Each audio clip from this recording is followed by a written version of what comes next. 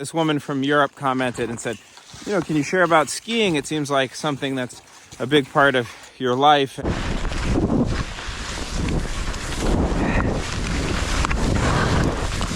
If it's important for a homestead situation. And yeah, the answer is it's incredibly important if you're in a cold, snowy place.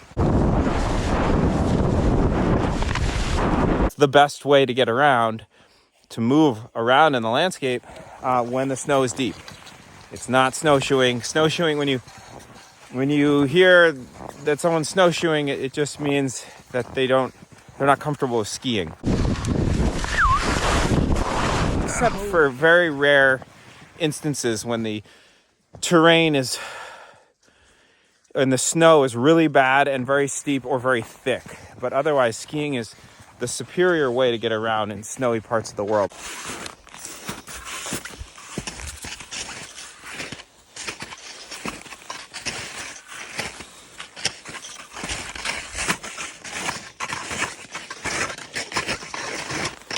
why it's a vernacular, indigenous thing for thousands of years in snowy places. Want to go down? Oh, I know this. Okay, watch out for this log. I'm gonna go over here. Woo.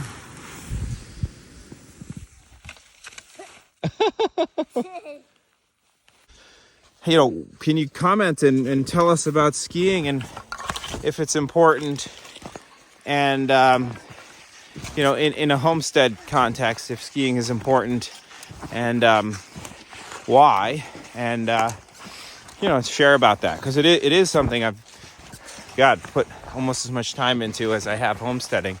Maybe not quite, about as much as I have as rock climbing as well. Those three things. And it is important.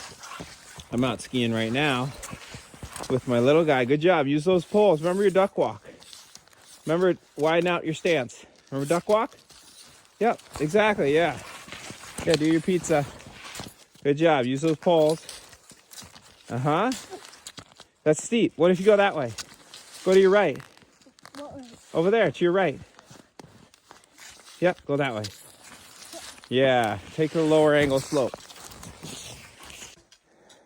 Want to go down?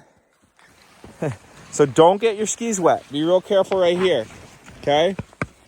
Don't get them wet. Once they get wet, it's a lot of work to get the ice off of it. Oh, good job. Nice. You didn't fail. So I'm going to give a little overview of stuff that's actually just really not out there. It's some content that people do need to know if you're in a snowy place, and you will not find it. I've had to figure it out a lot myself in terms of what gear you should be using, because people get the wrong stuff all the time. Basically, it's not, you don't want Nordic gear, just straight cross country, unless you're on totally flat ground. So I'll tell you about all that. Yep, keep those poles right on the ground. Always have your poles planted. You got it. So here, my son's learning the hard way, because they don't make telemark gear for kids his age. So Nordic, he's on full Nordic gear. And, you know, that stuff sucks for like backcountry, just kind of cross-country, all-terrain, like backcountry travel, which is what we do when we're cruising around the land or want to see places in the winter. Keep your duck walk going, Jovi. What? Right? Keep your duck walk going. Your pizza. So he's not relying enough on his poles. They're also a little short. I need to get him longer poles. They were good last year. And he's doing pretty good, like really good. But awesome. Nice. That was really good. That part was steep, right? Okay, you'll warm up as we keep moving. That's the best way to stay warm. High five. Good job. No, high five with a pole is like this, low. Ready? You go like this. High five with a pole's down here. Check it out. Go like that. Yep, sweet. So, yeah, so he's on just regular old Nordic, you know, what you would know of as cross-country gear if you go to a store. Now that's not what you want to just cruise wherever, woods. You want just all terrain. What some stores sell as backcountry, a backcountry setup. You want metal edges, you want telly bindings, and you want telly boots. 3-pin, 75 millimeter gear. That is becoming less and less available, but it's totally the way to go. And I'll get into why that is here in a minute. Okay, so you see there's a big log we're going over? See that? Keep one ski down and then come up over it. Don't try to go over with both skis at once. And then there's water up here. So this is a really nice sugar maple rich. Keep those poles down. Yeah, you got it. Sweet. Push with your poles. Yeah, good job. That was tricky. Sugar maple and yellow birch. And so, you know, I use time to ski just for fun, for exercise, for movement. And, you know, you get to see a lot of ground, much more than in the summer. You can kind of learn a lot more about your land shape, especially on larger pieces of land, where to put roads, things like that in the winter. Once the leaves are out, it's very hard to tell what's going on. I keep finding woods roads here on this property. And so, anyway, back to the gear. You want telly gear, metal edges, ideally like 90 centimeters or more underfoot. 100 is better. Millimeters underfoot. Length is about the length of how tall you are. Maybe a little longer if you're on really low angle ground, and if you're better. And the less experienced you are, / the steeper / the tighter the ground you're on, yeah, the shorter your skis get accordingly. Yes. You're doing great. Hold on.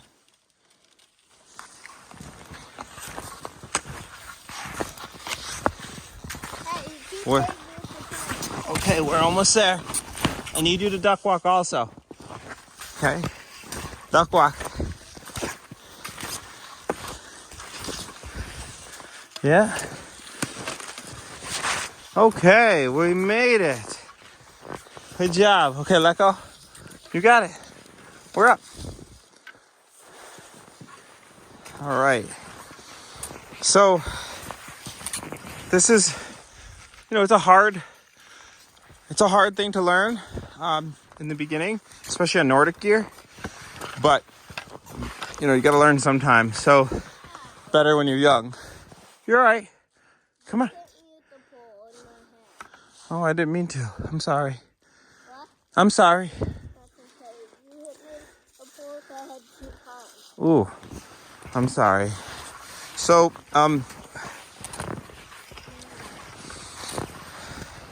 yeah, you gotta put your time in. Put your time in low angle ground. Just Nordic skiing on groomed trails is an easy way to learn. Before you get into deeper snow and you're on wild snow, unmanaged snowpack, where there's no grooming. This isn't bad right now. Is the reason I have him out here. This is kind of our biggest tour together. Although I've taken him when I have skins on. I'm more on my alpine touring gear, which is what's really taken off in the last bunch of years. Many of you probably know about that. That's like, you know, backcountry touring, alpine skiing with skins. I have that set up too, and that's great if you're like really trying to go down and rip turns. But for just exploring land in general, which is what this video is about, is you want all around ski setup, boot binding setup, and that is telemark gear. Oh look, here's some birch bark. Let's make a little fire. And so basically the best setup for that is Volet. Pretty much makes the best gear for that. There's other companies too, but Volet is, if you're just going to go to one place, get Volet skis with scales. You see, they have, so they're called waxless because you don't have to wax them. I call them scaled skis because that's just much more specific. And these are probably 168s or something. I'm 5'7". I would like them a little longer, but the next length long is just a little too long. I mean, they're great for ripping turns, but for cruising flats in deeper snow, you know, longer is better. So the deeper and lighter your snow is, the bigger your ski. The more flotation, the more length you want. These might be 95 underfoot millimeters. 100 would be better. They make the Charger BCs. So all the Volet skis that end with the term BC have scales, backcountry. They've got that, the waxless base, which is what you want. And then these are Volet switchback, full telly bindings. They have tour mode and also downhill mode. So you can lock in the front for when you're ripping turns downhill. And it's like as easy as, I've got my poles in my hand, but you just do this. Boom, then you're in downhill mode right there. And then the boot's locked in. So I even rip turns when I'm in touring mode, but unless it's like more aggressive and steeper. So, you know, telescoping poles are good. I just got actually new bottom pole shafts after like 10 years. I finally broke one of them. They were like $9 each. These are Black Diamond Traverse touring poles. I mean, poles that you can lengthen are nice. Don't get 3-section, get 2-section if you are buying new and or looking used and don't have them yet. And then as far as boots go, so there's also 75 millimeter 3-pin without the heel cable, but they're much less secure. So you can just ski with the front with 3 pins. And I'm talking about 3-pin gear. That's what 75 millimeter Nordic Norm is. The original modern telly gear. But this is nice to have because you won't come out. And since it's free pivot, there's no downside of having that heel. It's a little, a little heavier, but totally worth it. Really solid. And then I just ski in tour mode. That's what this is. Downhill mode is there, but I really never use it. These are 3-buckle Scarpa. I think these are the T2s. You can get these used on eBay. Just get used or new if you want. A little hard to find new. Plastic telly boots with 2 buckles if possible for low angle cruising woods.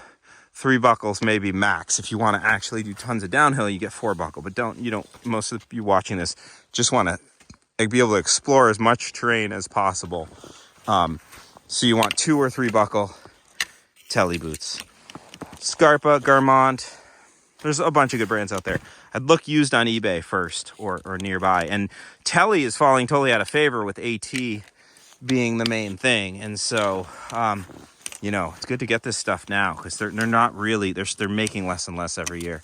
Don't know, you could bend the pole. That's a quick little overview. I'll probably just include some other footage, but just for kind of inspiring folks. But it's really all you got to know to get into it. And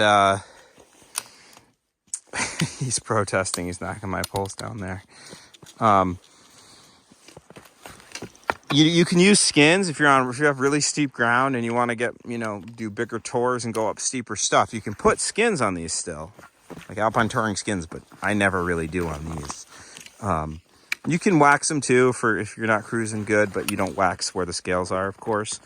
And then, there's tons of stuff of technique. I mean, I'm just telling you about the gear now, but, practice turning around. It's really key. My son's starting to get the hang of this. Jovi, can you turn around like this? Yeah, almost. It's just a balance thing. Use your poles. Keep your poles down. I have no poles right now. But with 2 poles, it's not bad. That's really important skill, just to be able to turn around. Just practice. Most of this is getting comfortable with these weird sticks on your feet and managing the tips. But you just got to put your time in. The best thing, like right now for him, he's on these, they don't make telly for his age, unfortunately. But just being comfortable. There's no more wood to get. Warm your hands really good right now.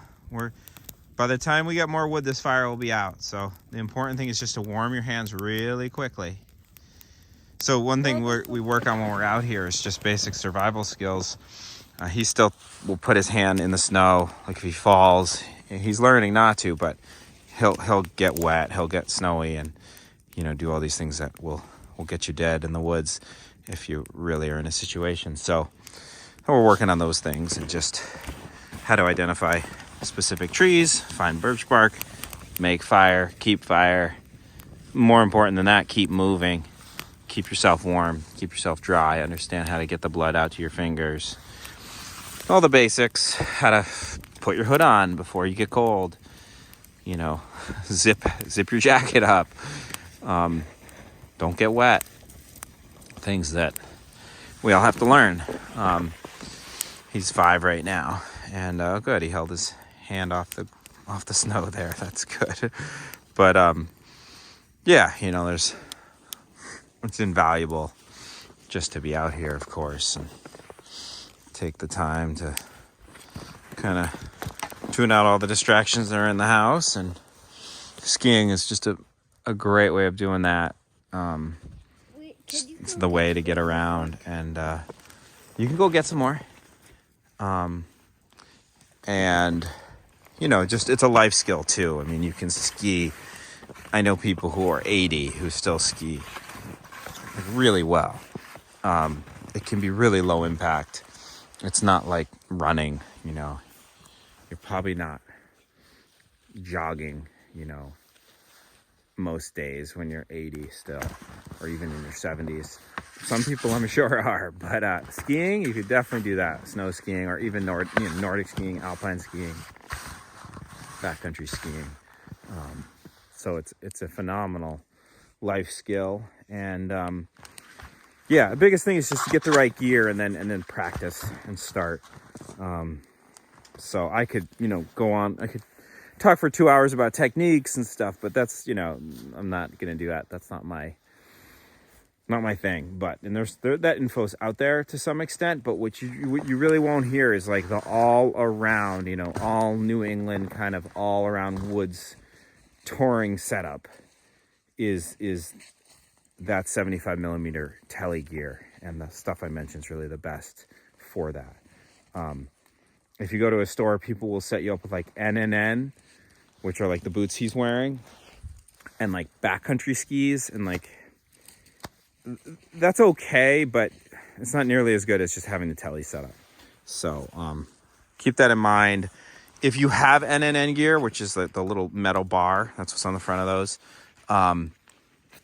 you can put them on some decently beefy skis still. The big problem with NNN, which is called the new Nordic norm, is versus the original Nordic norm, which is 3-pin, 75 millimeter, is that they don't make heavy duty boots for them. So you want lightweight plastic boots. You can just have much more control, because when you turn your knee, it turns the ski. So you can edge. You pull your knee in, you edge the inside edge, you can make a turn. With even pretty heavy duty leather boots, that's a lot less the case. And so it's much harder to make turns. And the people who used to do it are awesome. You don't want to have to be that good of a skier. Props to those people for sure. What? Yeah, it's gonna go out. Like I said, it's very short burn unless we collect a lot of wood, which we're not gonna do right now. I'll get some more birch bark. So, yeah. You want lightweight plastic boots. I have some leather boots. I have all sorts of old ski gear and new ski gear, and it's just amazing how much harder it is to really make turns, with leather boots. Here I don't have any poles on me, and I'm gonna cruise through this little spot. I'm in tour mode. I'm not even in downhill mode. And can just rip turns, go anywhere. They're a little heavier on the way up, but whatever, it's so worth it. So lightweight plastic boots, that's where it's at. Fat scaled skis, the fattest you can get, with 75 millimeter bindings and boots. Ideally, volet switchbacks if you really are in it to win it for a while. All right, got a little birch bark, but we're just gonna want to cruise back up the hill to the house. We're about 10 minutes from home. What direction do we have to go in to get home again? Do you remember? Which direction? Yeah, which way is that? Right? No, in terms of north, south, east, west. East. Southeast. We gotta go southeast. South. Southeast, yeah. Oh, the fire's out. Look at that. You light it. Okay. All right. Well, it's not gonna last very long. I don't think it's worth lighting, but I can light it. Daddy, Not much dry wood in the woods around here, especially in winter. What? I put snow in it. Okay, well, that's a good way to put it out.